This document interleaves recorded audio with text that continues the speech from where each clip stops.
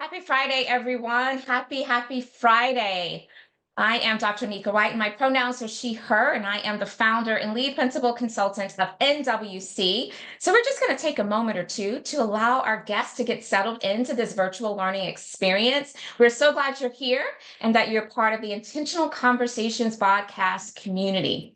We never ever take it lightly when people show up to be a part of our community. We are committed to delivering great content, great insight, great guest co-hosts, and we have done so for the past 5 years. Yay, five. That's right. This is a milestone year for us at NWC. We're celebrating the 5th year of intentional conversations, and there's lots of ways in which you can help us to lean into ways in which we are showing appreciation for you being a part of our community and for our team enduring the 5 years of all of the behind the scenes work to bring this to manifestation. So I want to just remind you to, if you are new to our community, we like to make sure we know who's a part of our community. So go to the chat and let us know where you're joining the conversation from today. And if you feel so inclined, I will also invite and encourage you to share your LinkedIn information. That lets us know that you're willing to connect with members of this community beyond this hour of time. And my team will also drop in my LinkedIn information, because if we're not already connected, then let's work on that. Let's get connected so we can be in community with each other. At NWC, we truly value disability inclusion, and what that looks like for us in terms of this podcast is we have closed caption that has been enabled. So if that's something that will benefit you, then take advantage of it.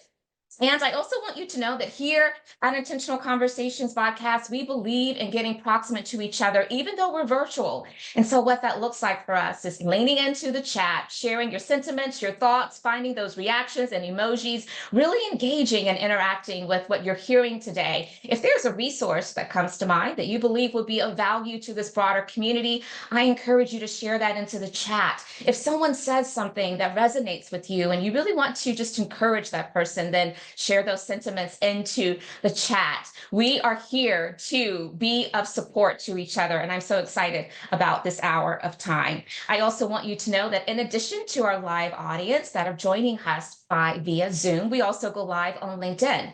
And that means that many folks are watching us from LinkedIn. So if you're scrolling and you've stopped and you saw the podcast was taking place right now, then I want you to make sure that you're leveraging that comment section. That is the way that we can bring us all into central community through the conversations that are taking place. My team is watching that closely, and we're bringing your questions, your sentiments into our Zoom chat as well. Once again, welcome to Intentional Conversations podcast, and we hope you enjoy the show.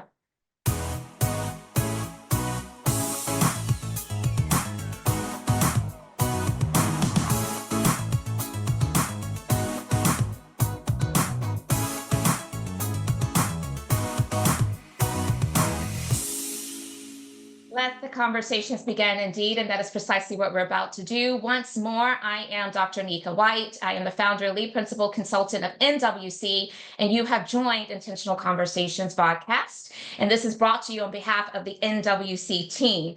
I want you to know that we're in the month of April, and so there are lots of things that I want us to make sure as April will come to a close pretty soon, that you're keeping top of mind, because while we love to share national observances, it's not just for us to have those observances top of mind during that month, but to also find ways to sustain our connectivity to the mission behind those observances all throughout the year. So I'd be remiss if I did not today, as for our last opportunity to share this in the month of April, to emphasize that April is Black Women's History Month. This is really important. As a Black woman, as a Black founder, I am always finding opportunities to lean into uplifting Black women and the many contributions they make to society. In addition, April is National Arab American Heritage Month. And so let's just inspire you to think about some ways that you can build up your cultural intelligence, your cultural humility. Learning about other cultures is one of the best gifts we can give to ourselves as we are trying to navigate difference in a way that empowers us, right, and not divide us. Also, April is Stress Awareness Month. Now, real talk. one of the things that I have been hearing so much about as I've been supporting our clients through NWC is that there's a lot going on right now. What we are not prepared for in terms of professionals in the workplace is being upskilled around trying to navigate the volatility, the uncertainty, the ambiguity, and the complexity of all that's happening in society. And that is creating stress beyond what we've seen in the past. It is really compounding because of this nature. So I want you all to make sure that if there's never a time before that you've committed to radical self-care, you start to do it now as part of Stress Awareness Month. Let's build up those self-soothing practices to be able to make sure that we are refueling ourselves so that we can pour back out. Okay, now, one of the things we love to do at NWC is also make sure you are aware of some of the offerings that we have available. And I, this year, really felt the need to create a community of practice for women of color, particularly Black women. But I wanted this to be an opportunity for women to feel empowered, to feel safety and community of others that have some similar pathways and lived experiences, and just to be thought partners to confidently navigate all of the intricacies of what we're holding and dealing with today. That program is called Boundless, and it's a woman's community of well-being, empowerment, and leadership.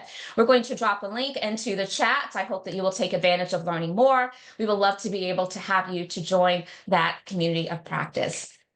And by way of another quick offering, I believe in storytelling. Stories connect us. Stories help us to deepen our empathy, our compassion, our ability to get proximate to someone else's lived experience. And while stories are not new to us, we tell stories and personal narratives all the time, right? What I'm finding, though, is that having the intentionality of building a storytelling culture into the workplace is not something that's happening at the rate in which I think it should.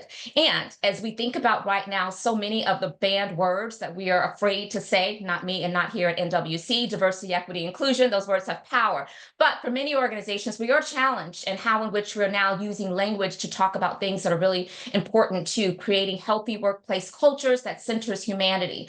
What I'm finding about a storytelling culture is that just through sharing our stories, we are in essence leaning into vulnerability, empathy, and compassion, and all of the other things that causes us to be connected to how we show up to include someone else and create that sense of belonging. So if you're challenged around this storytelling and this DEI volatility that's happening right now, and you want to be able to bring a storytelling culture, contact us. We'd love to be in support of that endeavor with you. And my team will again place into the chat a link for you to learn more. Now, we're getting very close to the opportunity for me to do a formal introduction of our guest co-host for today. But first, I want to give you what you have to look forward to in future weeks by way of May, which is right upon us in terms of our guest co-host for Intentional Conversations. And I'll start with Friday, May the 2nd. We will have Sherry Dunn. And you may recall that before we had her scheduled and she was working on her book and trying to finish it, getting to the deadline, and was not able to join us. But we were able to get her rescheduled. And I'm so excited about that because Sherry Dunn's voice is one that needs to be heard. And I cannot wait for you to join us on May the 2nd. Following May 2nd, another wonderful powerhouse individual, Kelly Cornish, is going to be joining us. She is the CEO of the foundation. And I want you to realize that her power, her strength, and her voice is so incredibly strong. TD Jakes, I didn't even say that. I said foundation, but didn't tell you which foundation. Yes, the TD Jakes Foundation. And so when she joins us, I know we're going to have some great conversation. She's also up to a lot of other things outside of the foundation and has served as a practitioner in this space for many, many years for large brands. And so I look forward to being in community with Kelly Cornish. Now, that's me great pleasure to introduce formally our guest co-host for today. And if you're new to the Intentional Conversations podcast, I always read the person's bio. Why? Because I want you all to know the experiences, the accolades, the credentials, all the things that qualifies our guest co-host to show up and to speak insight into this community. So today will be no different, but I will go ahead and tell you that today is probably going to be a conversation that's going to feel like two girlfriends talking, because that is exactly what it is. Jill is my girl. She has been for years now. And so I look forward to catching up with her in this forum.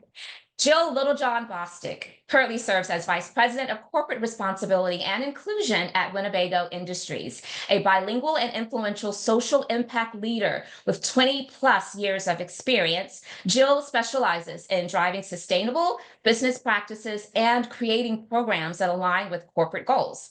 She is passionate about inspiring individuals to cultivate teamwork, collaboration, and communication across diverse groups with competing priorities. Jill holds a Bachelor of Arts from Wofford College and an MBA from Webster University. She enjoys walking, biking, and working out, reflecting her personal commitment to leading an active and balanced lifestyle while inspiring others to connect with the outdoors. You know what to do at this point in time if you've been with us. Find those reactions, those emojis, find the words of affirmation, all the things. And I am going to bring Jill into the spotlight. And before I release Jill to greet the audience in her own way, I know that we have a tradition here, and I know that Jill is going to fall right into this tradition by sharing with us something that we would not know from reading and hearing her bio, which we've just done, or from going and looking at her LinkedIn profile. So I know a lot about you, Jill, but I'm not sure about this full community. So I'm hoping I'm going to be surprised too, but that's going to be hard because we've been knowing each other for quite some time. Welcome, my friend. I'm so glad you're here. We're color matching today. I No, appreciate we that. didn't even We're color plan matching it. today. It's We just didn't even the plan energy, it. the synergy. There you go. So, okay, Awesome. greet the audience, Jill. Yes, hello, hello, everyone. So glad to be here. I am Jill with one L. That's not by mistake. My full name is actually Giovanni. I was named after Nikki Giovanni. And my mother would be really proud that I told you that my full name is Giovanni. As Nika said, I lead inclusion, sustainability, philanthropy at Winnebago Industry. And by heart, I really love serving on boards like Outdoor Afro and mentoring the next generation of change makers. But I am a proud wife. I'm a bonus mom to some really amazing kids, and I'm a fur mom to a really opinionated pup who typically likes to join calls, and he was banned from today. At the end of the day, I like to lead with love because I feel like love is the core that's missing in so many different ways with intention, and I deeply, deeply believe in making space for others to rise. So that's a little bit about me. Yes, that's a lot about you, and I'm so glad that you have opened up and shared a bit more with our community today. So I'm going to take a step back because we always show up with questions and discussion topics that we know we want to delve into, and we'll get there, but we're going to be incredibly fluid today just because that's how Jill and I flow. But I want to now do my own introduction of Jill, not even thinking about the formal introduction. I want you all to know what I know and what I think about Jill because we are connected and we are friends, but I don't really get as many no, let me say this. I don't take enough opportunity to show her her flowers in the way that's deserving. So when my family relocated back to Greenville, I don't know, 20 something years ago, my kids are like grown. I remember like trying to get reconnected into the market. And there were so many times I would connect with folks and they will just always mention individuals that I needed to kind of connect with and meet with. Jill Littlejohn's name kept coming up, kept coming up, kept coming up. I mean, I always saw her. She's a Divine Nine sister, but she's the DST, I'm AKA, but I always saw her involved there. Okay, let me go let you go ahead and get it out. That's fine. What you keep on. Go ahead and get it out. But I mean, her name kept coming up, and then I saw her leadership. I saw her showing up in spaces where people not only would admire her for her leadership, but for her servanthood, for her care and concern of community. I mean, she's been on city council. She has served in so many different capacities. I remember at the time when I moved back, the Urban League was kind of an organization that was really growing in terms of its visibility and efficacy in the upstate area. And I remember Jill was so much on the ground of doing that, and then ended up becoming the president CEO of the Urban League. So many different roles of significance and influence that she has held in this market. And then come to find out, I'm like, well, I guess you got to be planted here in order to have that type of status and rapport that's built up. And I found out she had just moved to Greenville and just moved her family there. So nonetheless, I knew that she was someone that was really, really special. And then when we were able to kind of build a friendship, I saw another side of Jill where she was really passionate about other things. And it just got me to the point to where I realized that when we are lifting as we're climbing, it is helping to protect the full turf of women. And you have always, always, always, Jill, been one of those individuals. And I just want to say that I value you for that. I appreciate all that you bring to every space and relationship. I see how you do relationships. I see how you loved your mom, rest her soul. I see how you loved and you cared for your mom. Oh, and if you follow her on social media, let me tell you right now, Mr. Bostick, ooh, let me tell you. Nothing can separate that relationship. And I just love to see it. I love the support that you two have for each other. It's just beautiful to witness. And you go hard and you go hard with everything that you do. And that is something to be admired. And so I am giving you your flowers. This is me. Is there a flower emoji? Let me try to find one or something, a heart or something. I don't know. The heart's going to settle for now. But those are my flowers that I'm delivering to you, my friend, because you are all that. And you are a gift to the world. And I love you, my sister. I appreciate you. And I'm always thinking, just what is she going to do next? What is she going to do next? Because I'm watching, girl. I'm watching. Okay. I had to get that out of my system. Oh, Nika, that was so special. I know you got another question, but let me just stop and tell you how special that is because again, relationships are all that we have at the end of the day, personally and Yes. professionally. And Yes. family is a core value of mine. And so before I had my own nucleus of a family, it was my parents. And so thank you for honoring and recognizing my mom.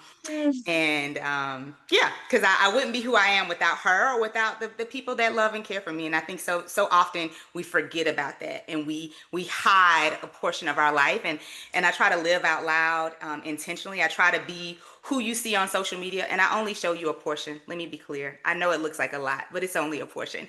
But I try to be the same person that people see on social media as they see behind closed doors, and you get to see both. And so to hear you say that, that means a lot to me. So thank you.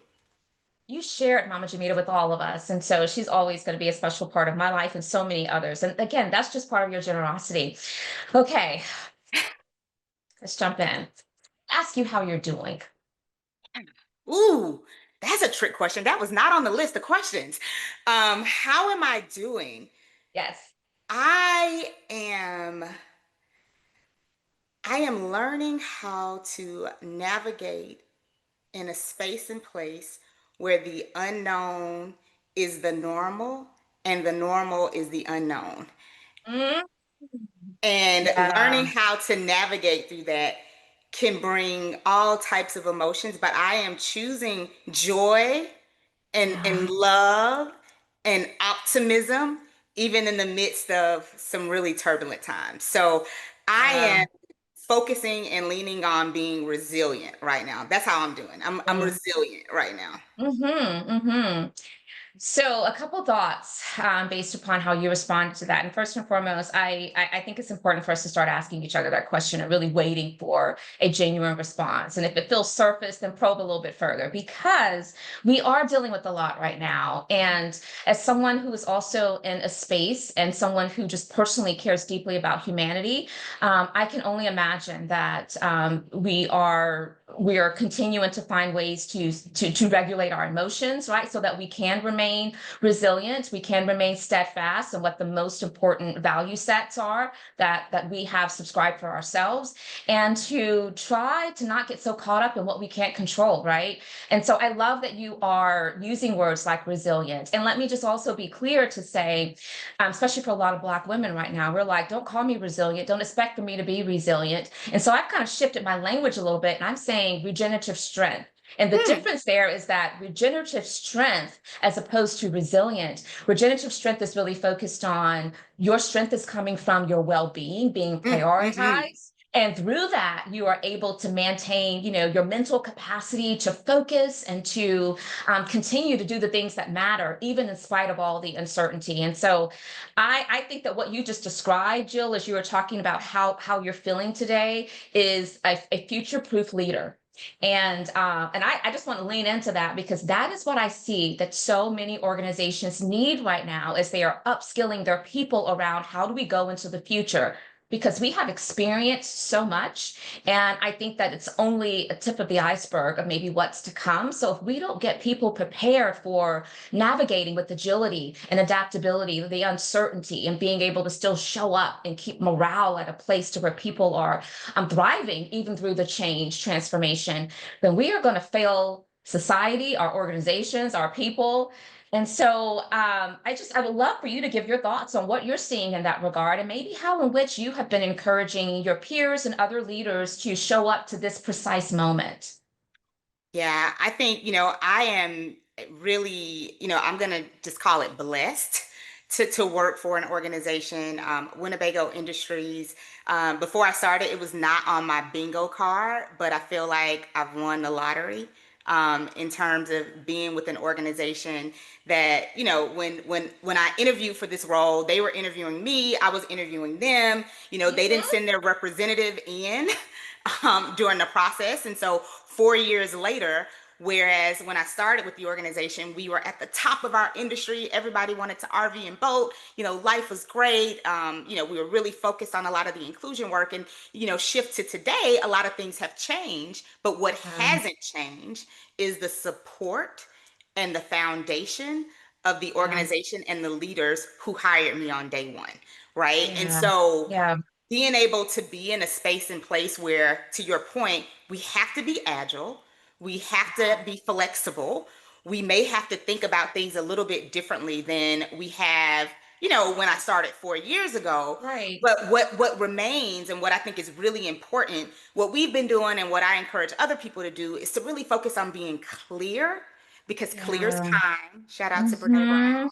Right? Being Mhm. transparent, being consistent in the communication, and also, focusing on the why behind changes. I Yeah, think so often we just do things and then just expect people to roll with it. But, really focusing on the why and involving your team. So we have lots of listening sessions, talking yeah, about the different, transitions. But one of the things, you said at the very beginning when you were talking about some of your offerings is focusing on that cultural consistency, because we yes, all have a different culture that we bring to the table regardless of who you are, and all of that should be celebrated, right? So figuring out yeah. ways to continue to celebrate that, to re-engage with the purpose, and to re-engage those stakeholders in the process. So I feel like that's kind of the approach that we've been taking, and the approach that I've been talking to, different people and encouraging them to do the same. Absolutely.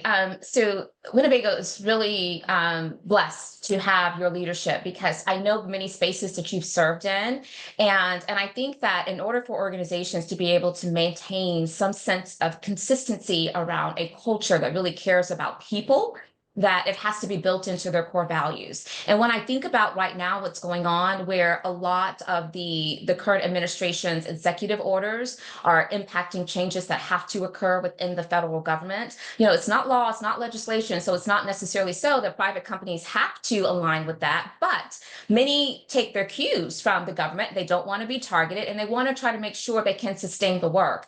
And what you just said brings me to this point. I think that part of sustaining the work, even when you feel like you have to reimagine the language, reimagine the programmatic aspects of some of the things you're doing, I think that if your core values can still maintain that level of consistency around being embedded, then if it's already at your core, it should continue to show forth anyway. And so, what I am hopeful about, Jill, is that people will use this time to stop looking at the work of diversity, equity, and inclusion. I like to try to use those words as often as I can because I Mhm. think they have power, and I realize that the acronym itself has been weaponized.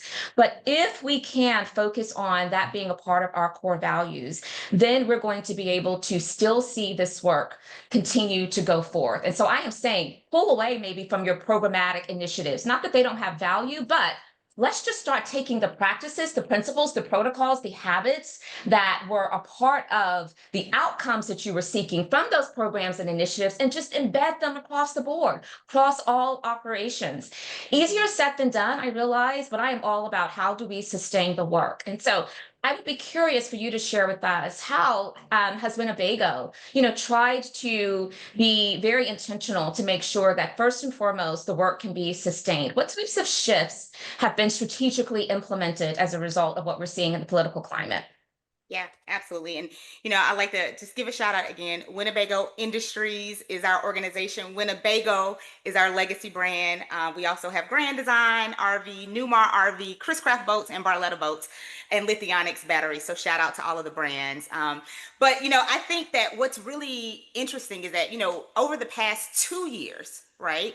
We Hmm. have been, Winnebago Industries was started in 1958. And so we've been Hmm. trying to reimagine who we are in today's, just kind of for today over the past 2 years, regardless of anything that happened politically. And so we went through Right. a process where over a year ago, where we finalized like our new values. And our core values as an organization are do the right thing, put people first, and be the best, right? Mm-hmm. So do the Mm-hmm. right thing, put people first, and be the best. And so when you think about those core values, we've really been reimagining, to your point, all of the work that we do across the entire organization based on those three values, because that's what it's Yeah. about. It's not about a name, an acronym, something that could be tied to anything politically, but people are at the core of who we do and what we make. And so we always want to put them first and do the right thing, and we want to be the best, right? Because we want to win the market.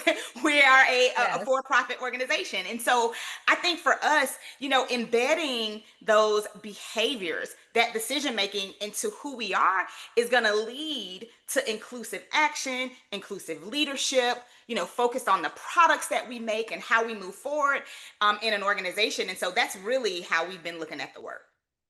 Absolutely. Focus on the core values. Now, in order for you to focus on the core values and still get the type of outcome that you just described, Mhm.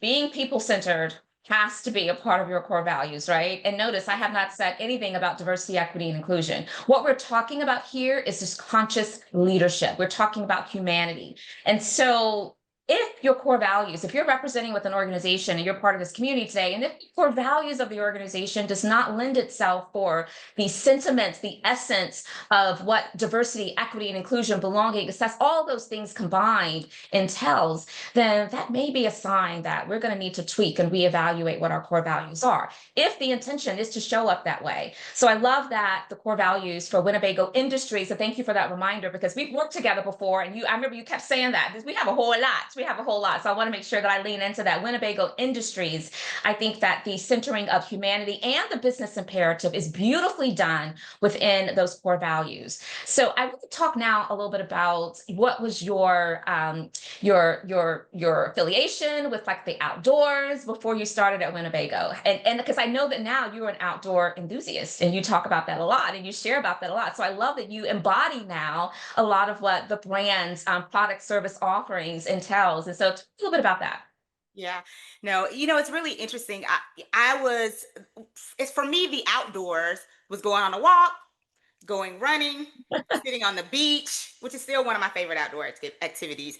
But I wouldn't say that I was just like this outdoorsy person. I remember I had a really good friend, actually, her, Dr. Keneal Coatman, was really Yes. big on camping. Like she wanted to go camping. She's like, "Oh, do you want to go camping?" I was like, "Why would I sleep outside? Like, no, I'm not gonna do that." And so I didn't really understand, I don't think, the Mm-hmm. outdoors before. I saw it as, it had to be rough, it had to be rugged, there were bugs around, and that just wasn't on my bingo card as well, right? Hmm. But what I've learned, what I like to tell people, if you would have told me that I could camp in an RV and that I could be in an RV, which is like having a luxury house on wheels, I would have done this a long time ago, right? Yeah. And so, having stepped into this role, I said, I can't talk about bringing people into the outdoors unless I get an opportunity to experience it, right? And I think for That's me, it was true. like that turning point. Because let's say, within that first year, I went outdoors and I didn't like it, right? I probably wouldn't be sitting here right here today, right? Because I think being authentic is really important. But what happened is my husband and I went on a 11-day, 8-state trip in an RV. I tell people we were either naive to do that for our very first RV trip, but it was absolutely transformative, right? We were Mm, in Colorado, Wyoming, North Dakota, South Dakota, wow. Montana, seeing parts of the country that we had never seen, watching, buffalo run across, mountains, Oh. sitting up under the stars at Grand Teton National Park. And there was something about connecting with the outdoors, stopping Mm, all of the noise, not being focused on technology, reflecting on my inner core of who I was, And it was literally transformative. And so, the outdoors is a powerful space for like reflection, growth, healing, right? Really focusing on how we heal ourselves even from the within. The outdoors has Mhm. this power that reduces stress and boosts creativity, and gives me an opportunity just to reconnect with myself in a way that I wasn't doing before I spent time outdoors. And so now, people Mm. often say, "Oh, are you just posting because you work at that company? You're always posting about the outdoors. Is that just for your job?" I'm like, we actually own an RV now. Yep, that's Go, what I was gonna say. you go in my backyard, there's an RV in the backyard, our Grand Design brand, shout out. We enjoy doing it. We've taken my in-laws out to RV. They love it. We focus on different events and different groups, and I love it, right? Like, I hope I'm at Winnebago Industries for a very long time. But even if I weren't here, I would still be outdoors. I love that. I love that. So I'm so glad that Winnebago Industries found you and that there's been such a beautiful match. I see your passion, how you talk about the environment, the culture, the people, the work.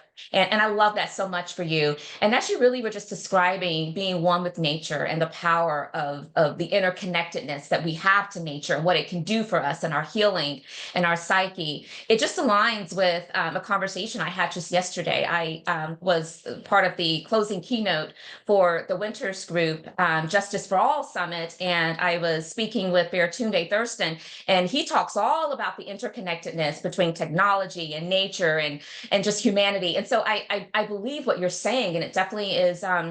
Reminded me of a lot of what we talked about then. Now, what I also want you to relay to this audience is that by you finding Winnebago Industries and the connection point there and really leaning into all that the outdoors, the nature has to offer, you have also connected with many different other entities and groups, specifically that is concerned or interested and intentional about making sure that diverse communities that normally do not find themselves gravitating towards camping in its traditional sense or even outdoor things, that now there's a large population of people who look like us, right? Oh That yeah. are also connected. So I want to just give the breadth of that because some people could be listening because I know that I had this impression until I started following you that, well, we don't really do that, do we? And now I'm like, gosh, that looks so fun. So talk to us about that. Yeah, again, I think there is what we don't know and don't understand. We allow a narrative to exist that either we create for ourselves or that So somebody else true. is creating, right? So And true. so, again, not only was it important for me to experience the outdoors, make sure it was something that I enjoyed and that I could talk about with others, but find out who was already promoting the outdoors across different spaces, and then see if Yeah. there were any gaps that didn't exist. So I'm sure I'm going to leave somebody out. So I'm going to tell you guys to forgive me right now so I don't get a bunch of emails or messages as I highlight a few organizations that I've been able to be connected to through Winnebago Industries. And so, the first one I'm going to shout out is Black Folks Camp 2, right? So Black Folks Camp 2, meaning not that we just camp by ourselves, but we Yes. also camp as well and with others. And Yes. so Earl Hunter had been doing this work for years and years, and really focusing on unity and how the campfire brings, when you bring people around the campfire, there's just something that happens that transcends all the stuff that's happening in the world, right? And so Black Folks Camp 2 has been amazing to partner with. I'd also want to shout out, I wouldn't be a good board member if I didn't do this. I serve on the board for Outdoor Afro. Rue Map is amazing. She has a fantastic team. And Outdoor Afro is about centering and celebrating outdoor experiences for Black people, right? So, Mhm. whatever that may be. I went on a retreat with our volunteer leaders. We have over 100 volunteer leaders across 32 states, meaning that most states has an outdoor Afro leader. And I got into birding. Who knew, right? Like, I never Like knew. bird watching? Is that the Well, same as so bird watching? what we say is birding. Bird watching Okay, is birding. Let me get birding. there. Birding. Okay. But yes, what most people refer to as bird watching is birding. And I'm out in West Virginia, And there was a sister from New York. She showed me this app, and there's this app on your phone called Merlin, and I've actually done it since I've been back home.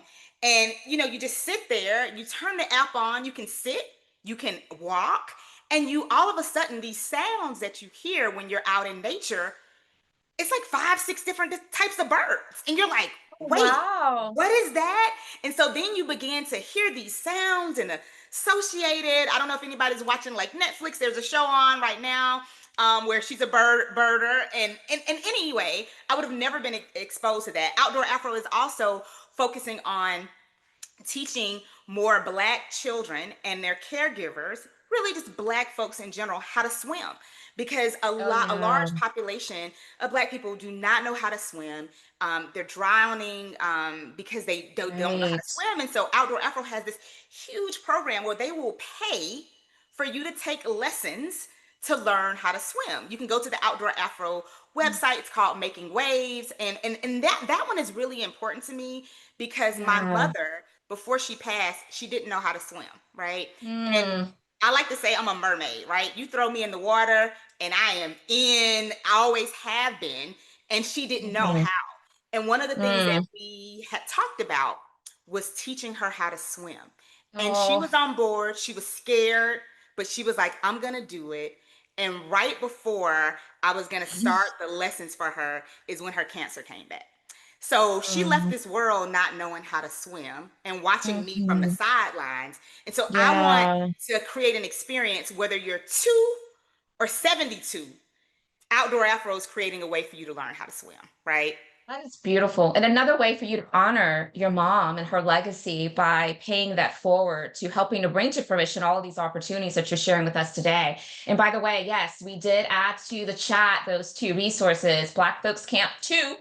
TOO, right? And Outdoor Afro. I love that. I love that these organizations exist. I love that you are part of it and able to be a voice to bring greater visibility to those organizations. And I also imagine that when you think about just the idea of the outdoors and nature, sometimes there's a lot of pastimes that we will encourage families to do together to really create that sense of bonding, right, and support that can be costly. But sometimes just, picking up a picnic basket, going sitting in nature, doing a quick hike somewhere, I mean, those are things that are not very expensive. And so I also see that as a pathway of greater accessibility for outdoor activities to be an option for families who are looking for things to do together. And so I love that. I love that for you. And I love that for all of those who are partaking in these organizations, endeavors and events. So I want to talk a little bit about your role at Winnebago's. And I know we've been kind of addressing a lot of things relative to your role at Winnebago's, but I specifically want to lean into the corporate responsibility aspect of your role.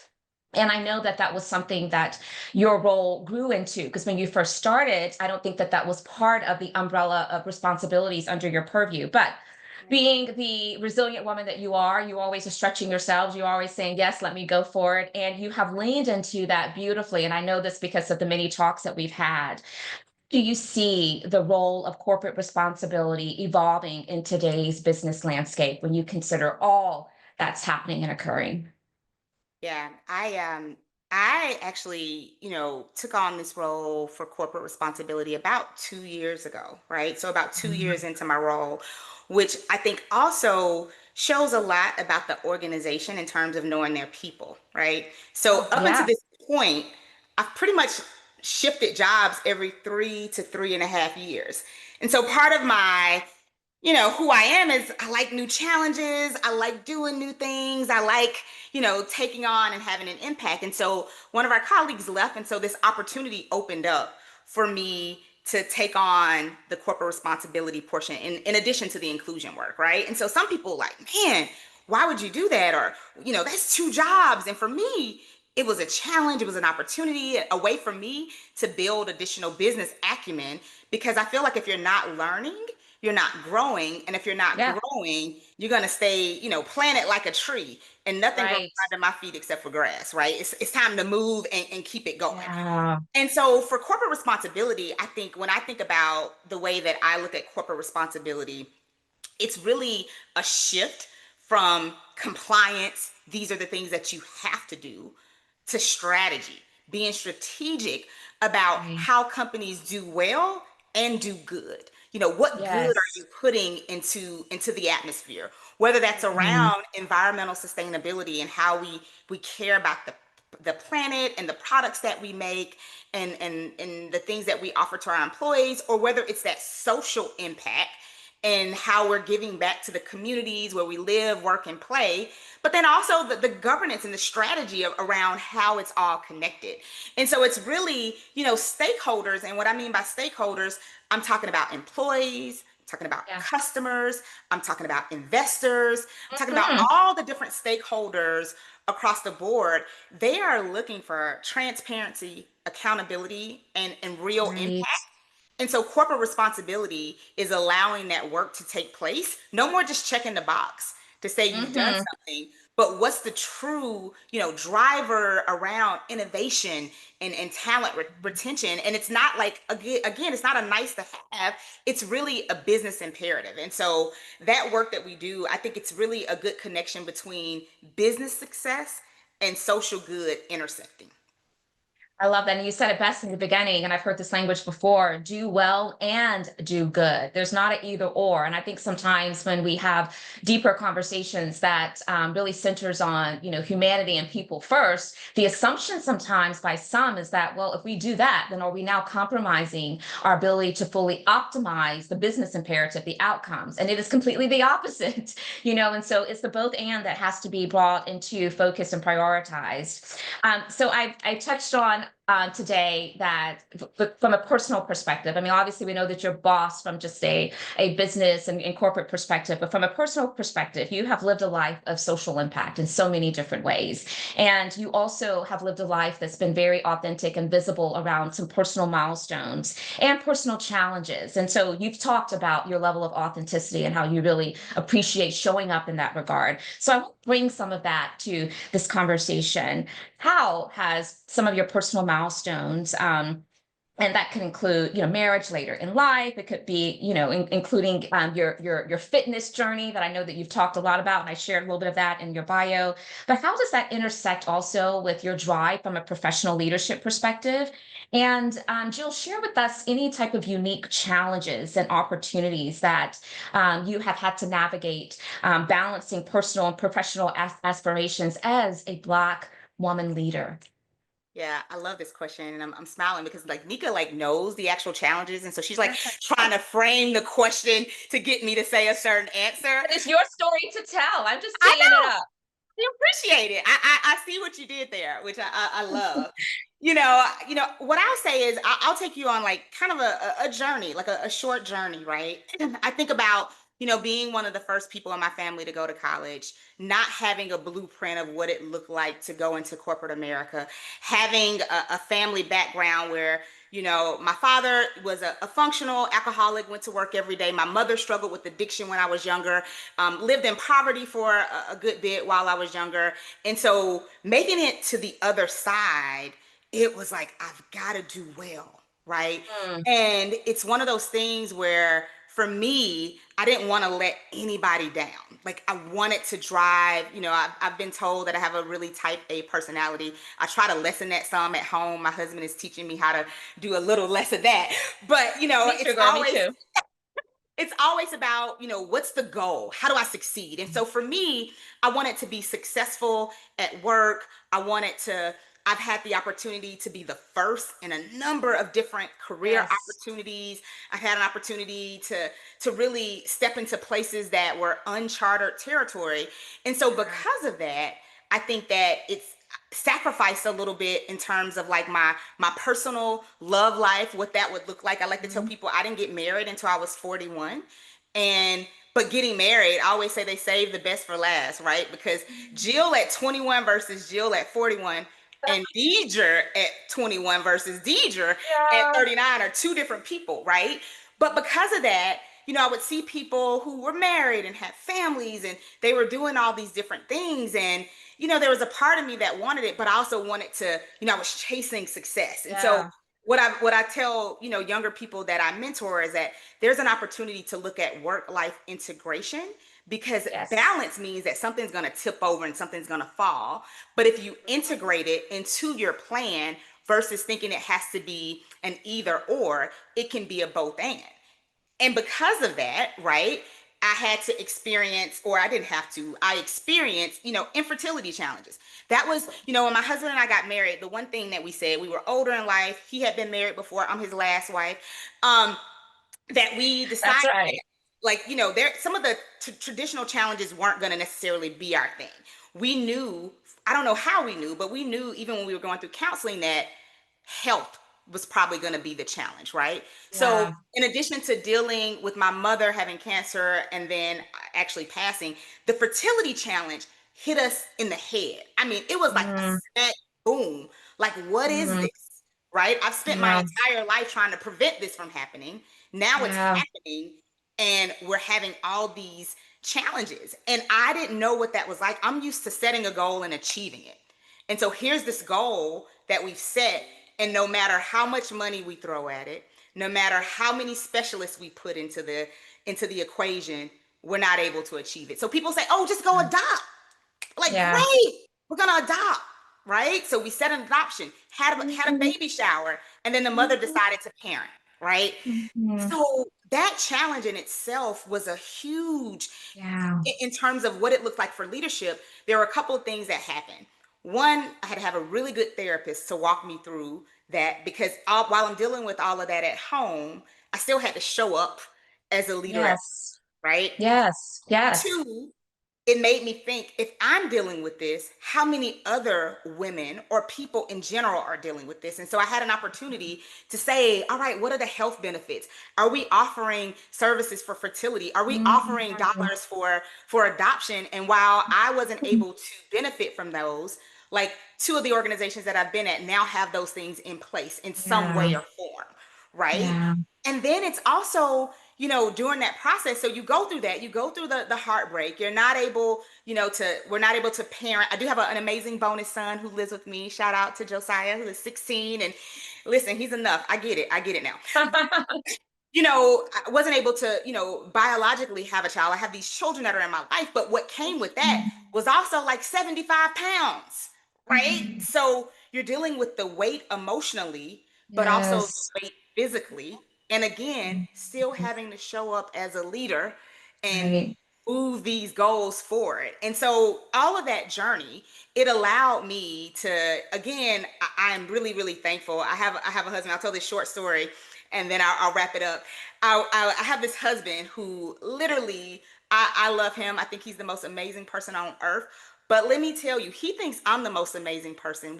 I've gone It through a does. transformation. I've lost 60 pounds. I'm really excited about it. I'm preparing to do my first bodybuilding competition in September. And I decided to do a side by side picture. And we look at the picture, and my husband looks at the picture with the most sincere eyes I've ever seen. And he Mhm. says, "I don't even remember you looking like that." Because in his Mhm. eyes, I am just the best thing he's ever It's seen so me. true. It's And so I true. said, "I appreciate and love you for that. But the next time, there won't be a next time. But if I ever gain that much weight, I need you to see all of me and tell me to go to the gym." So, it's just been a really great opportunity to see, how do you deal with the twists and turns in life and lean into a partner. And again, I believe that a partner is one of the most important decisions that you'll make in your entire life. It can either make you or break you. And I had the opportunity to have a partner, a husband who has been, helped me go through some of the toughest times in my life, and then also experience some of the greatest moments that I have so far. So I hope you're taking the opportunity, whether it's now or after the show, to be able to go back and revisit some of what's happening in the chat. But people are showing you so much love and appreciation for your transparency. They are rooting for you and Deezer. Let me take a moment just to pause right there. Y'all know I said in the beginning that if you know anything about Jill and Deezer and her and their life and their relationship, it is one of the most beautiful things to watch. Now, I'm not naive. I've been married for almost 30 years. And so I know there's a lot of ups and downs. But when I tell you that what is deeply rooted is just the true support and genuine love, and that comes out in every interaction. I've seen them together. I see them together, and I know that it's real. And it's just so beautiful to watch. And what I want to uplift is that deep level of support and appreciation. We all need a partner and a spouse and people in our corner, whether it's just our girlfriends or a family member that really sees us at our Mhm. core and continues to challenge us, but love us through whatever the circumstances are, so that we can always remember that someone is in our corner pushing us. And that's what I see from afar. That's what I see up close. And it's just beautiful to watch. And so shout out Deidre. I mean, Deidre is my brother. Deidre is awesome. And let me say this too. He's so awesome for you, Jill. You know how you sit back and you kind of say, is this couple mismatch? Or they, oh no. I'm like, Right. they are made for each other. And it is just beautiful to watch. And so I just had to shout out my brother because yeah, you doing the darn thing, showing up as a husband that really knows how to support his woman, his lady.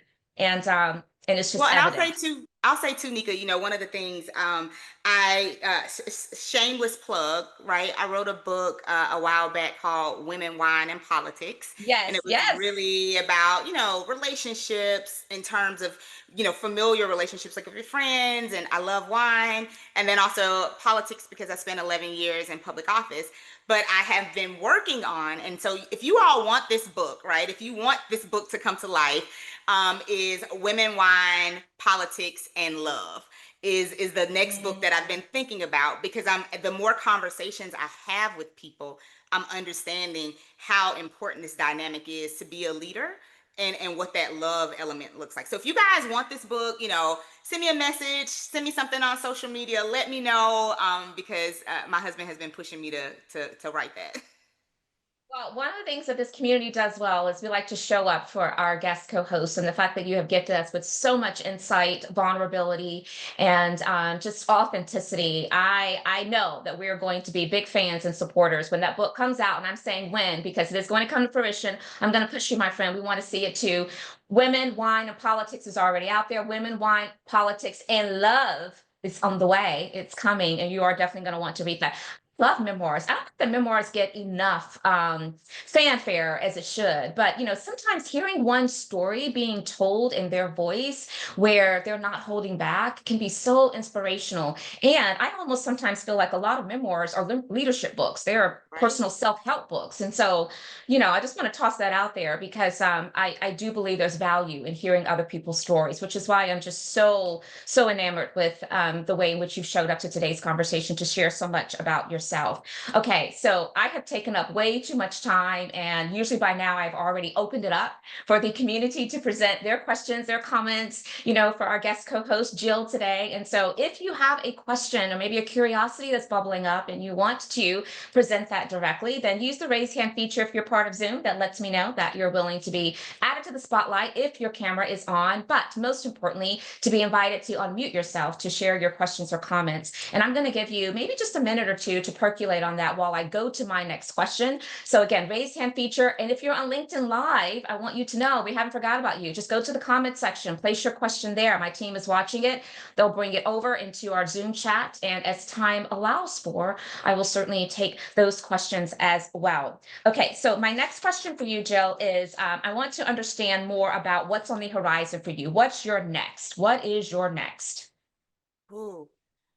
My next is a question that I've actually been contemplating, thinking about, deeply and intently, because, honestly, I don't want to work for the rest of my life, right? I want to start thinking about, what that next plan looks like. And so for me, I want to spend the next, let's call it 10 years, right? 10 years really doing deep, impactful work. Like work Mm, that impacts in a way that doesn't just highlight the organization that I'm with, that doesn't just highlight me, but really, changes and shifts the culture, right? And I'm not exactly sure. I have ideas, right? I have ideas of what that can look like and what that is. But, when I'm gone and somebody's reading about me in a history book, I want them to have something that they can highlight. Not that she worked at an organization, not that she was on city council, but like she literally did something that shifted the culture and the way that we operate today. And so for mm, me, that's my next. My next also is really focusing on rest. you talked about this a little bit when we talked about resiliency, and I like the Yes. regenerative. I got to get the proper term. Strength, regenerative strength. Yes. Regenerative strength. I like that word. I'm gonna start using that. Mhm. But I also feel like rest, relaxation is so important.